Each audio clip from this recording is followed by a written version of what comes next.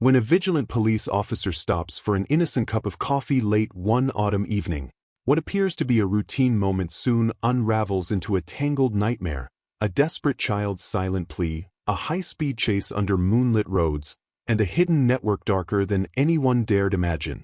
This is a story of betrayal, resilience, and the relentless fight for justice.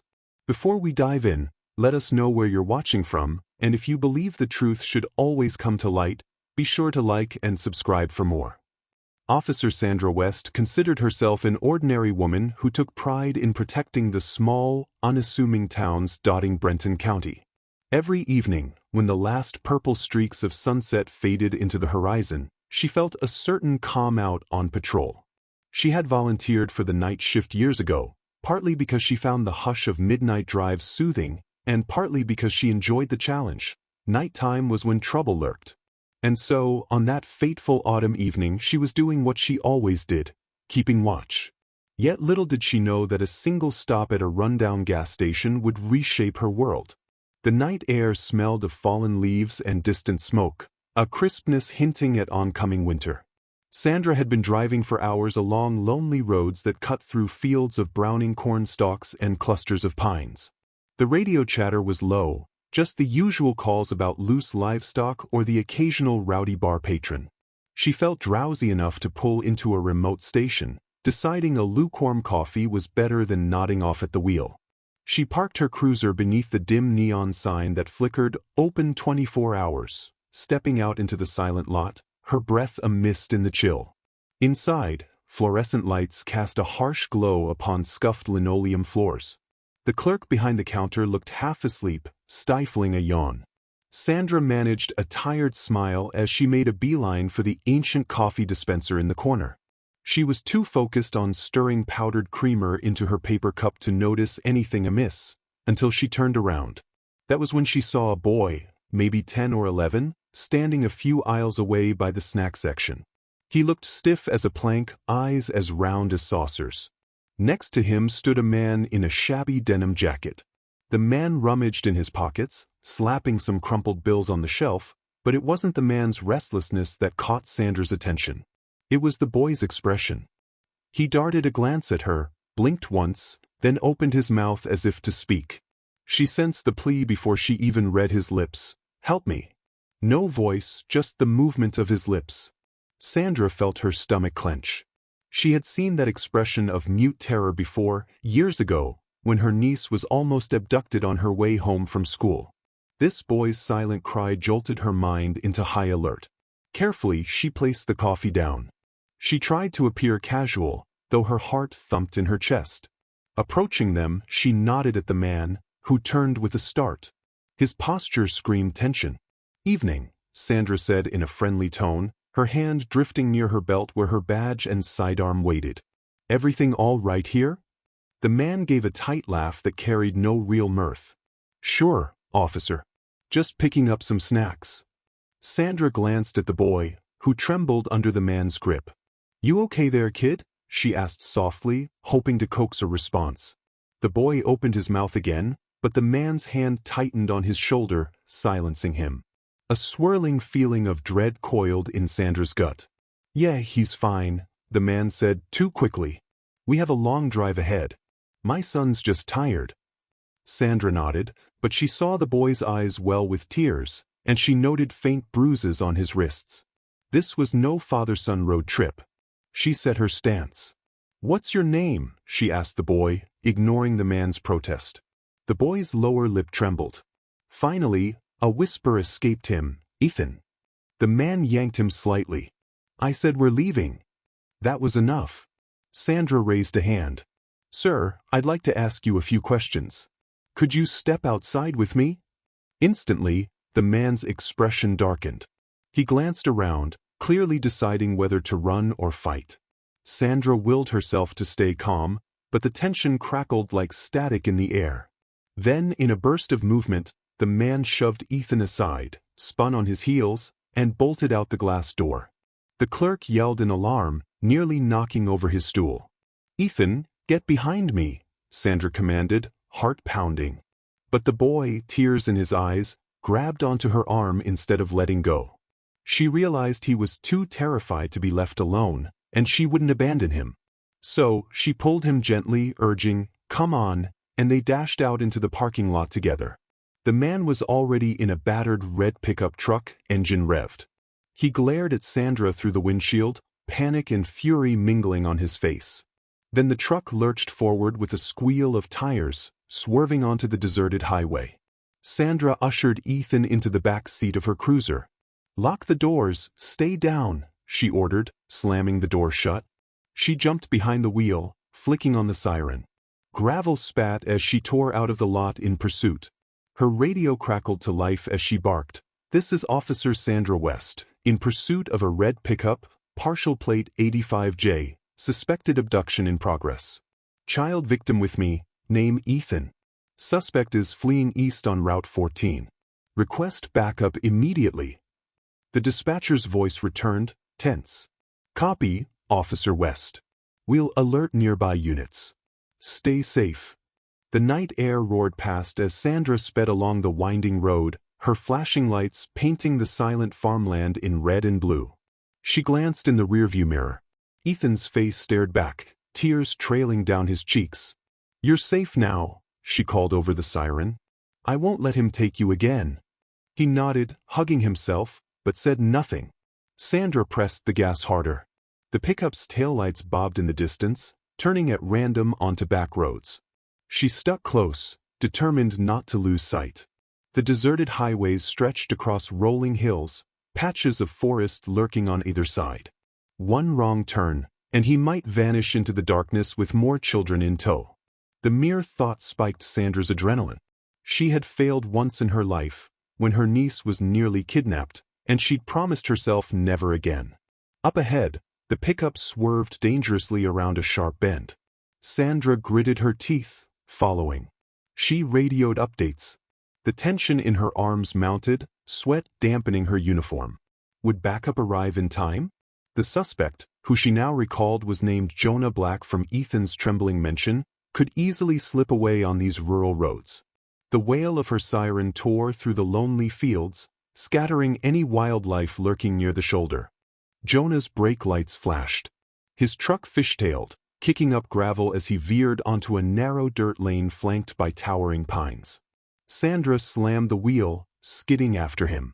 The cruiser jolted on the uneven terrain, rattling her teeth. She risked a glance at Ethan. He clung to the seat belt, eyes squeezed shut. She whispered, "Hang on, kid.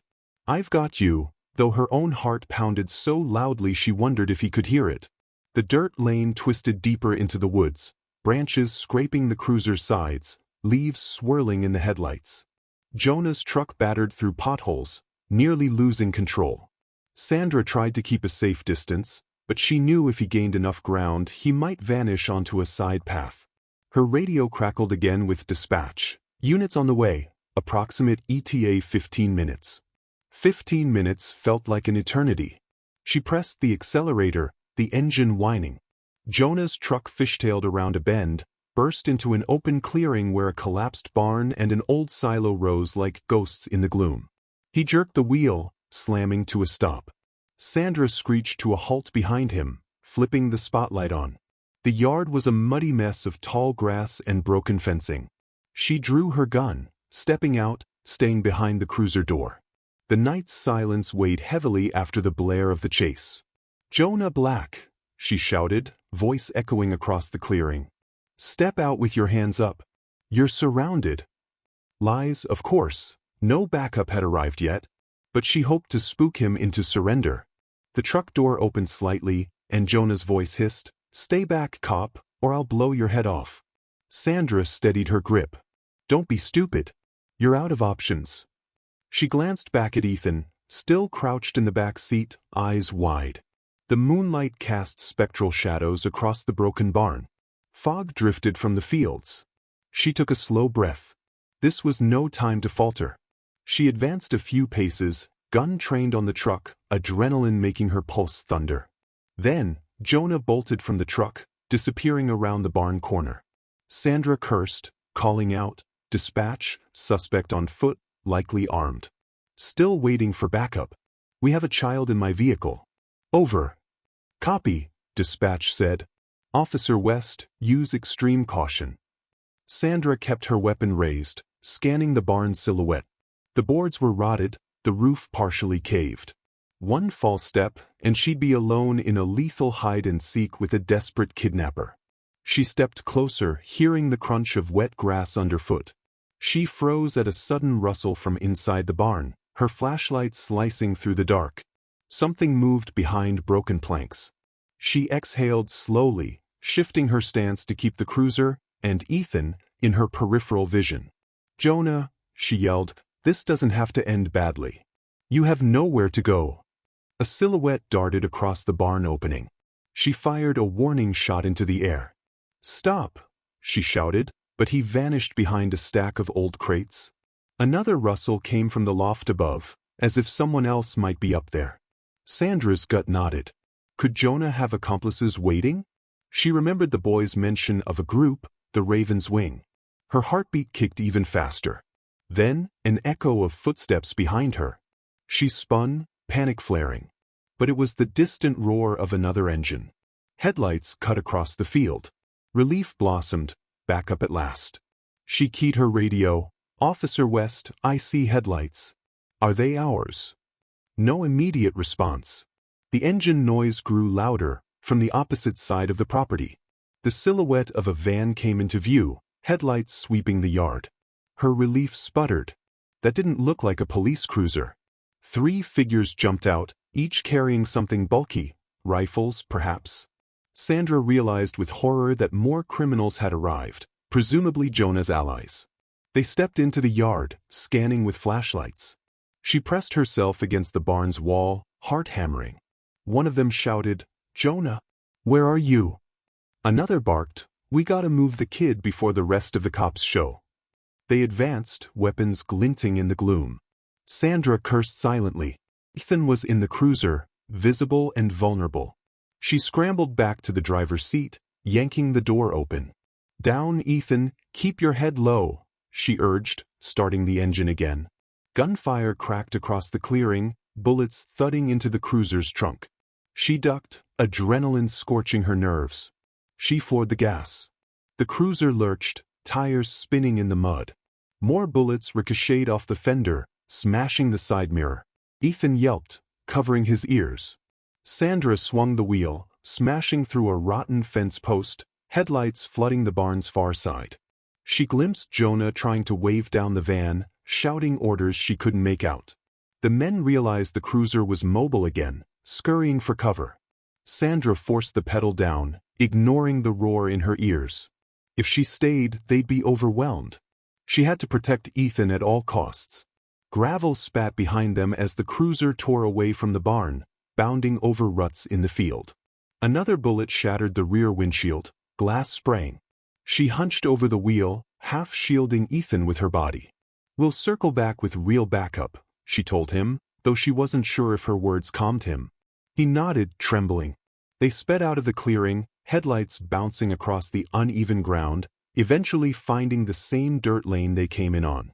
The radio sputtered with static. She pressed the transmit button, voice taut. "Officer West to dispatch, the suspect is not alone. Multiple armed men. Shots fired, we are retreating for the child's safety. Need immediate assistance at Glendale Farm, coordinates." The radio hissed, then partial words came through. "Acknowledged, units en route, hold position if possible." Hold position? Impossible. The Raven's Wing men could chase them in that van. She kept driving, glancing in the mirror for pursuit. Her knuckles were white on the wheel. The dark forest enveloped them. Rain started, droplets spattering the shattered rear glass, mixing with dust into a grimy paste. Ethan sniffled behind her. She softened her tone. "It's going to be all right. I promise." He nodded, tears sliding off his chin. "Thank you," he croaked. Sandra's heart broke at his vulnerability. She vowed silently to see this through, to protect him from whatever horrifying fate Jonah had planned. At last she reached a paved road. The cruiser's tires squealed as she turned onto it, heading for the distant glow of city lights. Her radio signal improved.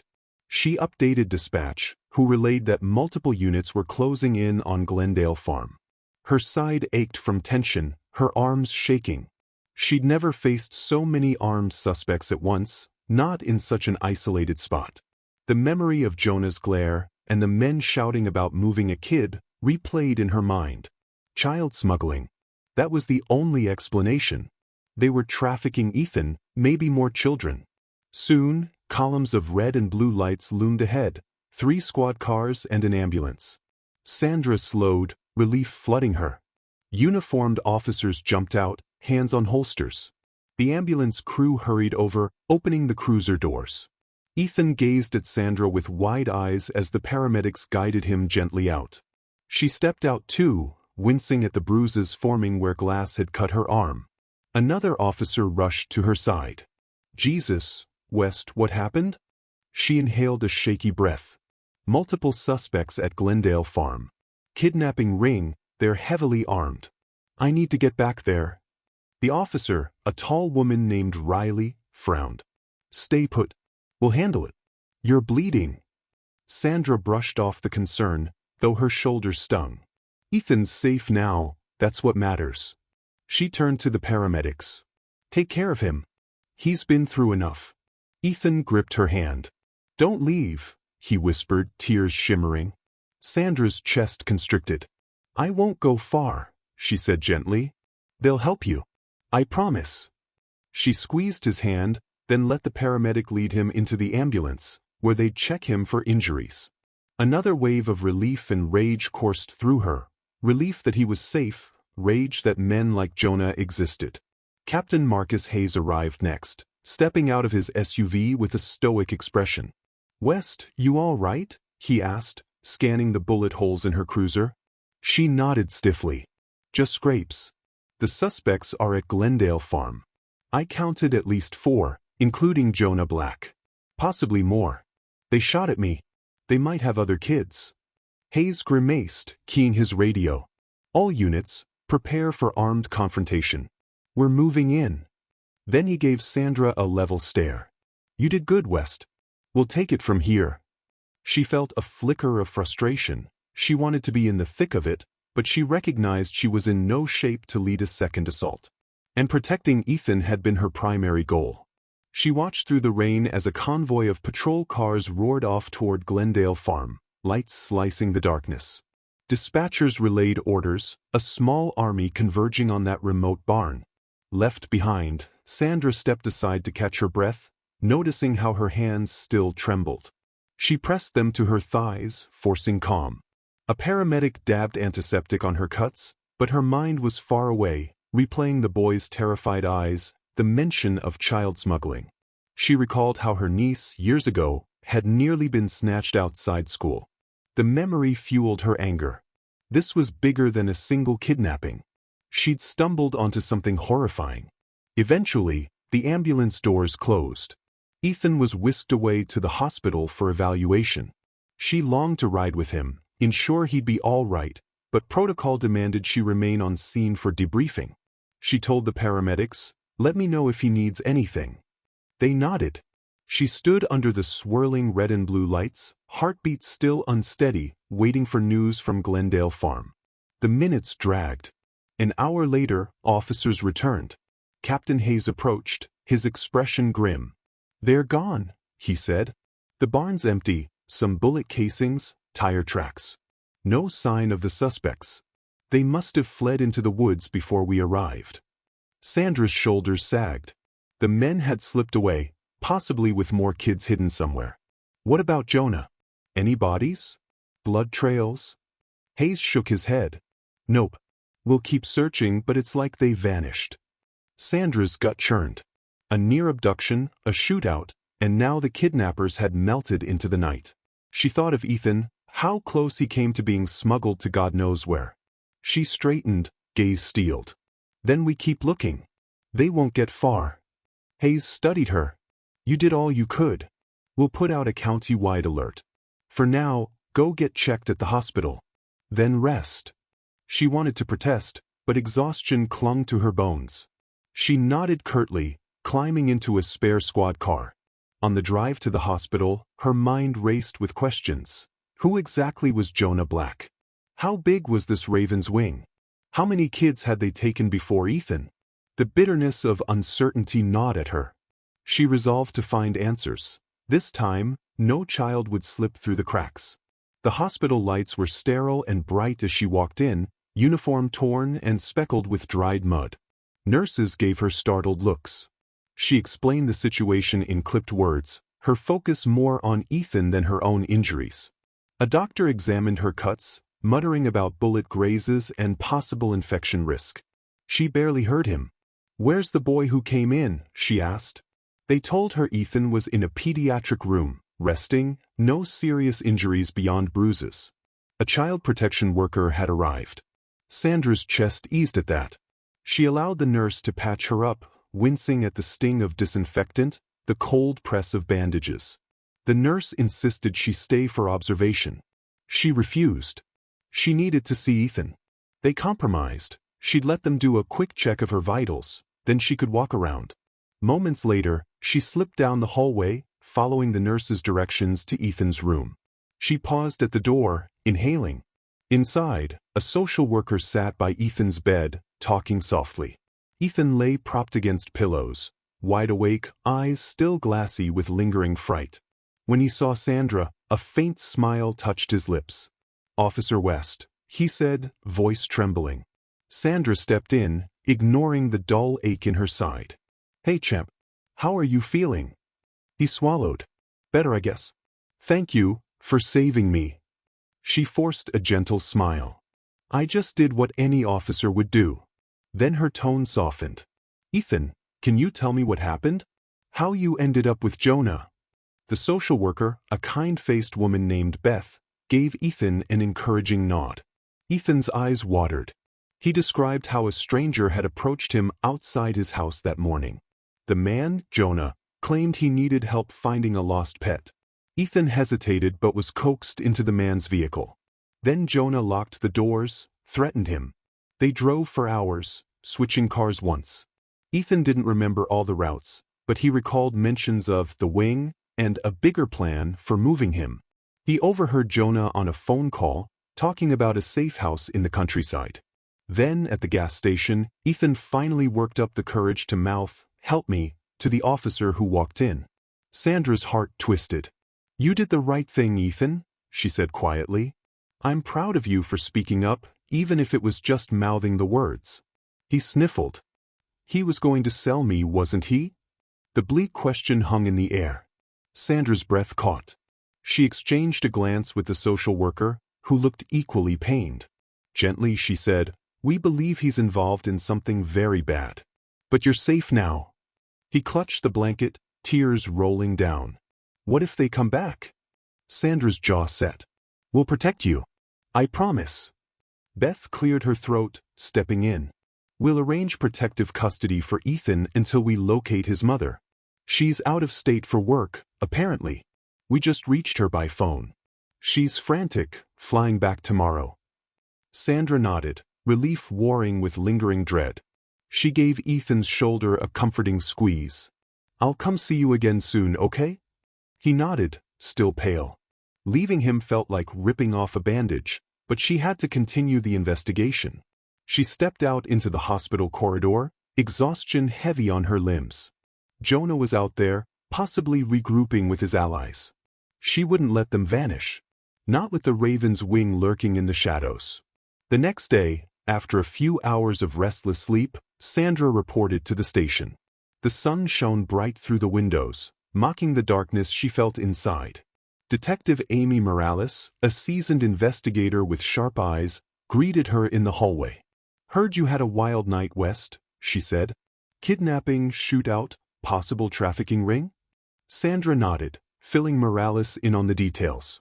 Morales frowned, tapping a pen on her notepad. "Raven's Wing. We've heard rumors about them, gun running, drug smuggling, and some say child trafficking. But no one pinned them down. If Jonah is one of them, we might have a shot at taking the ring down. We need to find him." Sandra exhaled, shoulders still tense. "Ethan said Jonah mentioned a bigger plan. He got spooked when I confronted him. They were about to move Ethan out of state." She paused, the memory of the guns firing. "There might be more kids, detective." We can't let them slip away. Morales nodded, her expression grave. All right, let's get to work. We'll start with the vehicles. You said Jonah used a red pickup, possibly had another van. We can run partial plates, check stolen reports. And the farm property is likely abandoned or owned by a shell. We'll see if we can track that. Meanwhile, you should file your official statement. Sandra's morning became a swirl of paperwork and questioning. She recounted the chase, the confrontation, the second group of armed men, every bullet fired. Each retelling etched the horrors deeper into her mind. Then she scoured databases with Morales, searching for any mention of Jonah Black, the Raven's Wing, or similar abductions. Patterns emerged, children disappearing along remote highways, a few sporadic arrests of men with Raven tattoos. No one had pieced it together until now.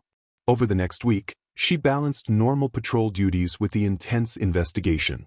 She visited Ethan daily, forging a bond with the boy. His mother arrived, hugging Sandra tearfully and expressing endless gratitude. "If you hadn't been there, I can't even think about it," the mother said. Sandra tried to console her, though she knew this was only one rescued child among a tide of missing ones. Meanwhile, forensic teams processed bullet casings from Glendale Farm. They found multiple footprints, some leftover supplies that suggested the barn was a temporary holding site, bedding, restraints, scraps of food. Enough to confirm a kidnapping operation, but not enough to identify its kingpins. Jonah remained at large. Frustration simmered in Sandra. She wanted answers. She wanted to see Ethan's abductors behind bars so the boy could sleep without nightmares. Morales shared quiet rumors. The Raven's Wing might have local allies in high places, enabling them to vanish so effectively. Some officers warned Sandra to tread carefully, that if the ring had infiltrated local law enforcement or politics, her life could be in danger. She shrugged off their warnings outwardly, but inside, a seed of fear took root. One evening, as she left the station, she noticed a black car idling across the street. She lingered in her cruiser, watching. The car peeled away. Coincidence? Maybe. Or maybe she was being followed. She locked her doors at night, checked windows twice. She'd always been cautious, but now she felt the shadow of an unseen threat. Weeks passed. The case inched forward. Morales discovered a lead. A small-time drug dealer claimed to know Jonah. He said Jonah was part of the Raven's Wing, specializing in transporting special cargo. The phrase special cargo curdled Sandra's blood. If it was children, how many had already been taken? The dealer was vague, clearly terrified of retribution. He only said Jonah had a powerful sponsor named Chapel. No further details. The name rang no bells. Eventually, a break came. A state trooper in a neighboring county pulled over a van for a broken taillight. The driver fled on foot, leaving behind 4 terrified kids bound and gagged in the back. The plates were linked to an alias that popped up in Morales's database. The Raven's Wing's footprint was expanding. This changed everything. The media caught wind, fueling a public outcry about missing children. Political pressure mounted. The department formed a special task force, and Sandra was tapped as a key officer. She accepted, determined to tear this ring apart. As part of the task force, Sandra sat through long strategy meetings. They targeted suspected Raven's Wing hideouts, warehouses, abandoned motels, rural compounds. Some raids found leftover supplies or shackles, but the criminals always seemed one step ahead, as if tipped off. Sandra remembered the mention of infiltration. The frustration and tension soared. Meanwhile, Ethan struggled with nightmares, refusing to leave the house without Sandra or another officer present. The Raven's Wing turned brazen. They scrawled a raven symbol on a police cruiser in broad daylight, left threatening notes in Morales's office. One note read, "Stop or the boy disappears." Another declared, "Chapel sees all." Fear rippled through the station, but for Sandra, it only hardened her resolve. She wouldn't let them bully her into silence. Then, one cold night, Sandra's phone buzzed. An anonymous tipster claimed that Jonah would be moving merchandise at an old truck stop off Route 23. The voice sounded shaky, perhaps an informant or a guilty party with second thoughts. "Better hurry," the tip said, then hung up. Sandra alerted Morales, who scrambled the task force. They reached the truck stop quietly, a hush of tension among the officers. But upon arrival, they found no sign of Jonah, only an empty rig and scattered footprints. Another near miss. Another wave of anger and helplessness. Sandra returned to her apartment that night, exhaustion pressing heavily. She opened the door to find it ransacked, cushions thrown, drawers overturned. The color drained from her face. She drew her weapon, cleared each room. No one there. Her personal photos scattered on the floor, including a picture of her niece. A single black feather lay on her kitchen counter, a silent threat. She called it in. The intruder had forced the lock, rummaged through her files, probably searching for clues on how close she was to cracking the ring. The intrusion felt personal, invasive. She tried to steel her nerves, but a tremor shook her. They wanted her scared. It was working. Morales arrived, shaking her head at the feather. "This is bad," she said. "They know who you are, where you live. We can't keep ignoring the possibility that someone inside is feeding them intel." Sandra swallowed, heart pounding. "I'm not backing down, no matter what." Morales squeezed her shoulder. "I know. But watch your back." The next day, the captain demanded she take a leave for her own safety, but she refused. "I'm the one who's seen them up close, who rescued Ethan. I won't hide while they continue kidnapping children." Hayes relented, reassigning her to desk duty temporarily. She chafed at the restriction, spending days at a computer cross-referencing intelligence. She launched deeper investigations, scouring property records for possible Raven's Wing safehouses, analyzing phone logs from known associates. She barely slept. The hammered sense of duty, plus her personal link to child abductions, fueled her. She found partial success, a suspicious property deed for an old orchard on the outskirts of town, purchased under a fake name. She flagged it for Morales. They obtained a warrant. This time, the task force moved swiftly at dawn, surprising two men unloading crates. Inside the crates, forged IDs, children's clothing, a battered teddy bear. The men claimed ignorance, but bullet casings matched Glendale Farm. They arrested both, but neither would talk. The orchard had no captives, only evidence of a recent departure. Another heartbreak. Still, each raid rattled the ring. And each time, more traces of Chapel emerged as the rumored mastermind. Some said he was ex-military, others swore he was a local tycoon living under a false identity.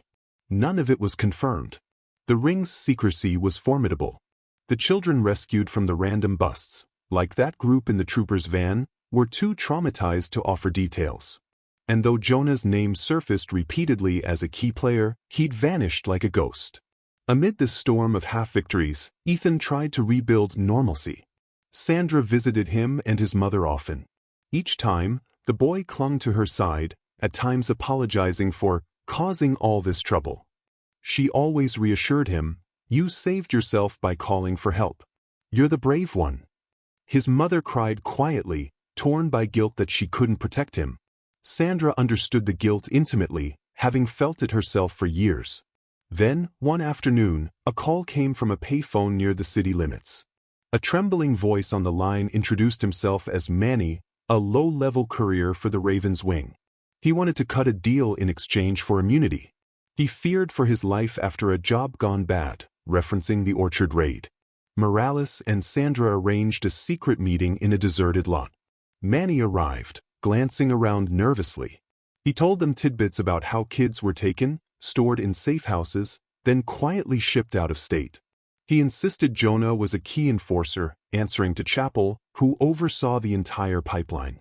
Manny whispered about shipments typically happening at night, remote roads, hush money to local officials who looked the other way.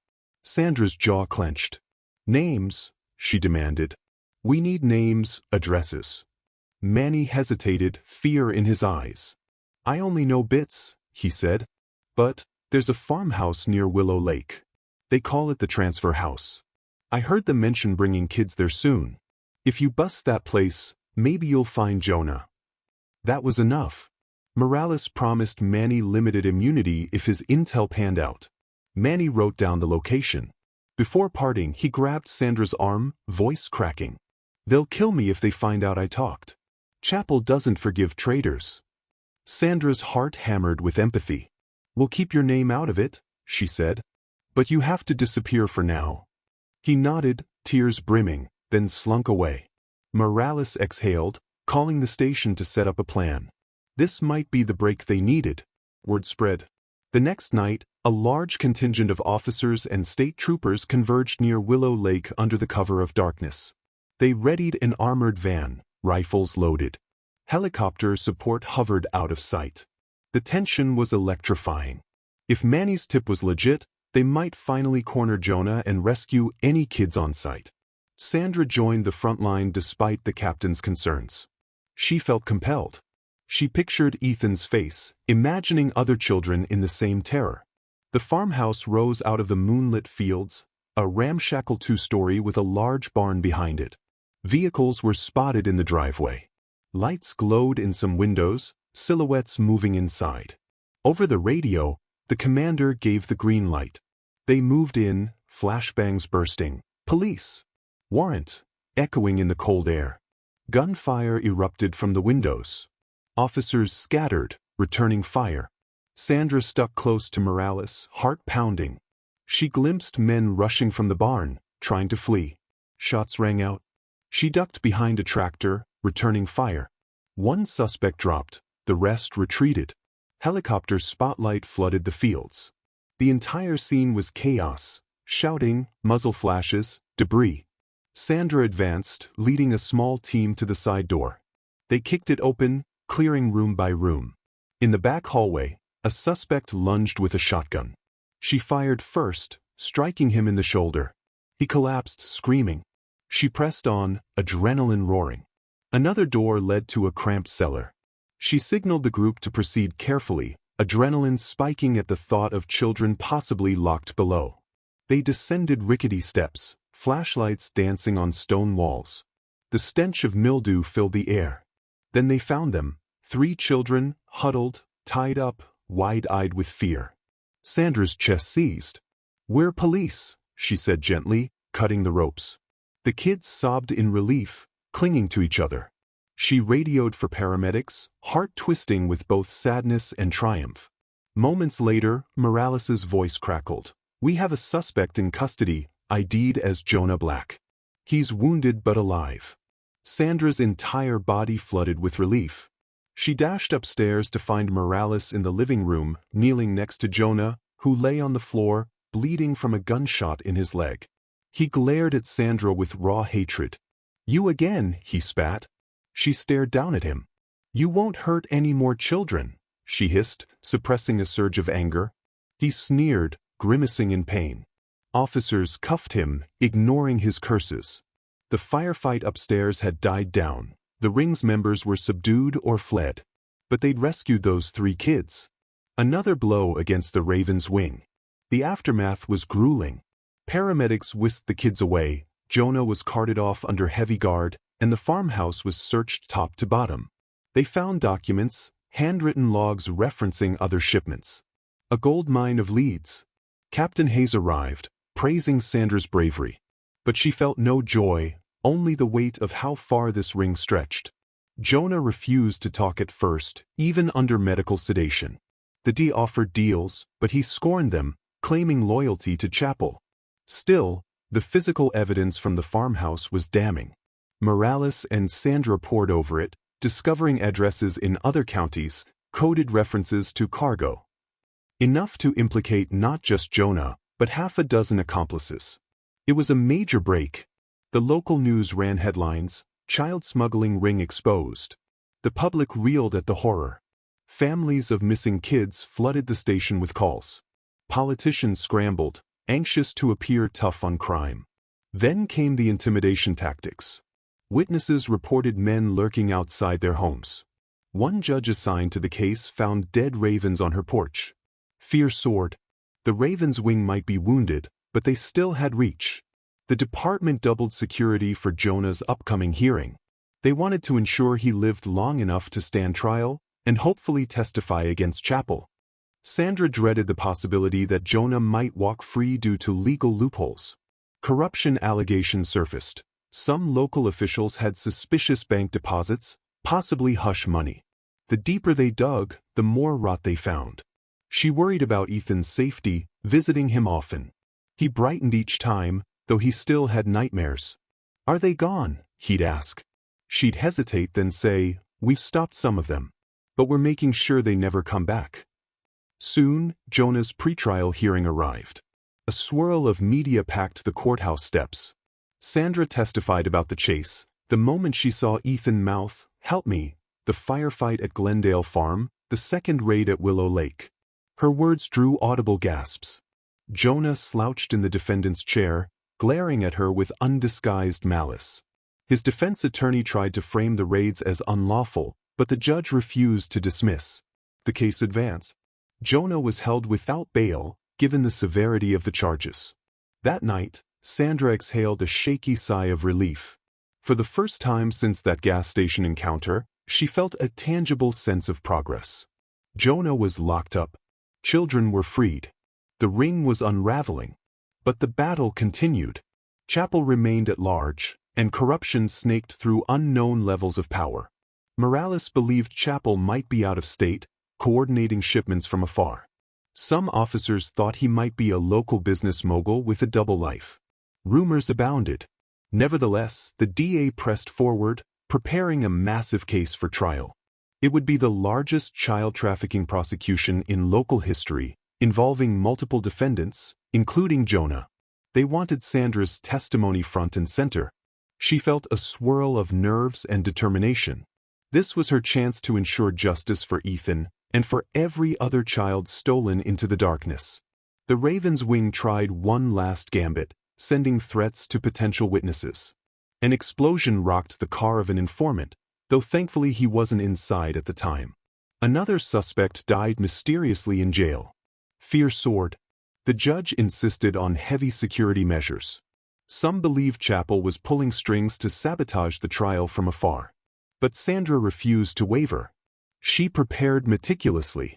She gave in-depth statements, gathered evidence, worked with Morales to link everything: the Glendale shootout, the Orchard raid, the Willow Lake rescue, phone records implicating Jonah. The night before trial, she barely slept, imagining the questions on the stand, the cross-examination by Jonah's slick lawyer. She pictured Ethan's face, steadied her nerves, and told herself, "You do this for him." The trial began on a sweltering summer day. Camera crews thronged outside the courthouse. Protesters held signs demanding justice for abducted kids. Inside, the atmosphere crackled with tension. The prosecution laid out the horrifying details of child smuggling, how the Raven's Wing forcibly took minors and planned to sell them to unscrupulous buyers. Each detail made the courtroom murmur with disgust. When Sandra was called to testify, she walked to the stand, uniform pressed, expression resolute. She recounted that fateful gas station moment, how Ethan mouthed, "Help me." She described the chase, the bullets, the second confrontation at Glendale Farm, the subsequent raid at Willow Lake. The defense tried to paint her as overzealous, possibly violating suspect rights, but she calmly listed the evidence: the children rescued, the bullet holes in her cruiser. She refused to be rattled. Ethan's mother testified about his disappearance and the phone call that changed her life. Another child from Willow Lake, older and braver now, described how Jonah locked her in a cellar. Each testimony pounded nails into Jonah's coffin. He glowered throughout, occasionally whispering to his lawyer. Observers said he might break, naming Chappell to lighten his sentence. But day after day, he kept silent. The defense tried to create doubt, but it was swamped by the overwhelming evidence: paper trails, eyewitness accounts, forensics linking Jonah's DNA to Glendale Farm. At last, the jury deliberated. It took them less than a day to reach a verdict: guilty on every major count. The judge pronounced Jonah guilty of kidnapping, child trafficking, conspiracy, attempted murder of a police officer. The sentence was life without parole. Jonah spat curses at Sandra, vowing the Raven's Wing would burn this city down. She refused to flinch, meeting his gaze. There was fear behind his eyes, too. She could sense that Chappell's wrath was as terrifying to Jonah as any prison cell. Ethan and his mother attended the final day. Tears streamed down her face when the verdict was read. Ethan, still trembling a bit, thanked Sandra again, hugging her so tightly she almost cried. "You're safe," she whispered, a knot of emotion in her chest. The city erupted in relief, albeit tempered by the knowledge that Chapel still lurked somewhere. But for now, the local network was dismantled. More arrests followed, as captured ring members flipped for lighter sentences. The shadow of corruption began to recede.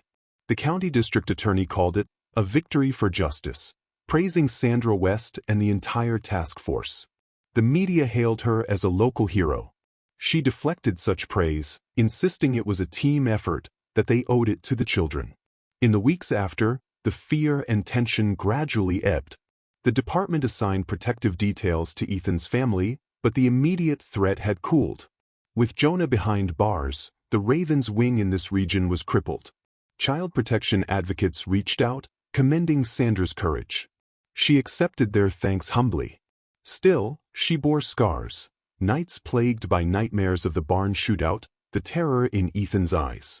She sought counseling, encouraged Ethan to do the same. Eventually, as summer faded into autumn, Ethan's mother decided to move the family to a new town, seeking a fresh start. Sandra helped them pack, tearfully saying goodbye.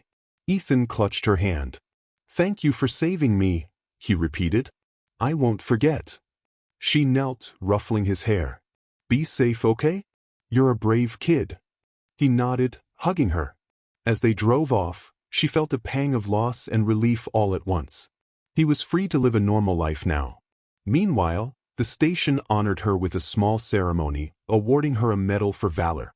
She attended, ill at ease with speeches, but touched by the recognition. Captain Hayes gave a short tribute, describing her unstoppable pursuit that saved a child from a nightmare. Applause echoed in the station's hall. Sandra thought of her niece, how she nearly lost her, and how that close call forged her path as an officer. Now, seeing Ethan alive and safe was the greatest reward.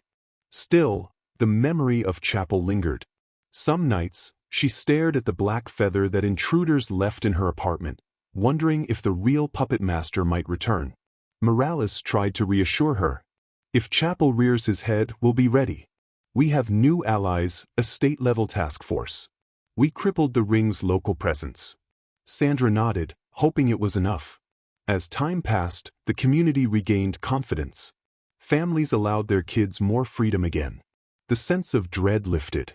Each time Sandra drove by that remote gas station, she pictured the moment she saw Ethan's silent plea.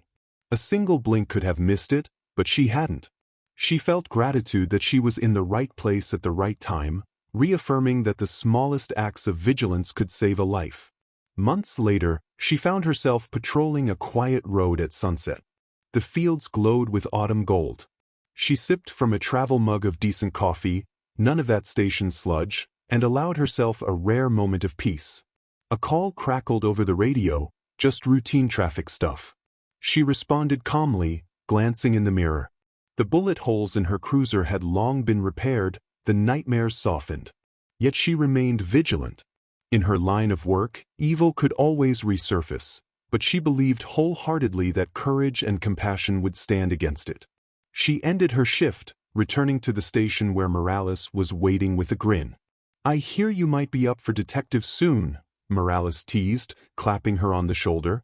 Sandra raised an eyebrow. "Rumors, maybe. I'd rather keep patrolling. I like being out there, seeing what's happening." Morales nodded, handing over a file. "Well, if you change your mind, we'd be lucky to have you." Sandra flipped through the file, seeing follow-up notes about missing children in neighboring counties. The ring's remnants might still be active in small pockets, but the large pipeline was disrupted. For now, the city was safer.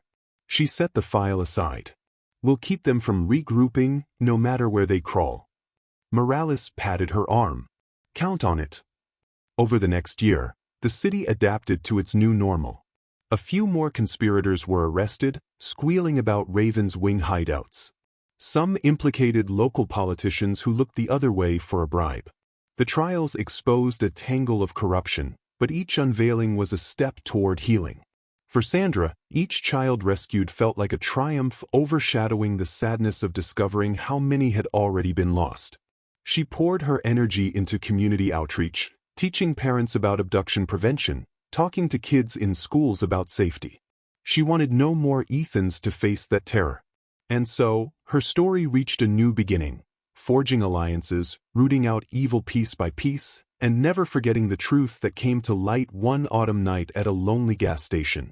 In that moment when Ethan silently mouthed, "Help me," she answered the call that would shape the rest of her life. Though she carried scars, physical and emotional, she embraced them as proof of resilience. She had seen darkness, yet she'd fought for a brighter outcome. All told, her journey, chasing Jonah through back roads, facing gunfire alone in the barn, unraveling a child-smuggling network, was more than a hero's tale. It was a testament to what ordinary people can do when they refuse to turn away from someone in need. Courage and compassion, she learned, could trump even the darkest evil. The raven's wing was scattered, Jonah locked away, and children reclaimed from captivity. One cool autumn evening, near the anniversary of Ethan's rescue, Sandra sat at her small kitchen table, flipping through a stack of thank-you letters from families impacted by the ring's downfall. She paused on one from Ethan's mother, detailing how Ethan joined a soccer team, overcame nightmares, and was thriving in their new town. Her eyes misted with quiet gratitude. She rose, gazing out her window at the street lamps glowing in the early dusk. Tomorrow, she'd patrol again, ever watchful. But for tonight, she let herself breathe, secure in the knowledge that she helped a child find safety, and that justice, however elusive, was worth every scar. To everyone who stayed with us through this long story, thank you for watching. If you believe in uncovering the truth and standing up for those who can't defend themselves, be sure to like and subscribe for more. We appreciate you, and we'll see you next time.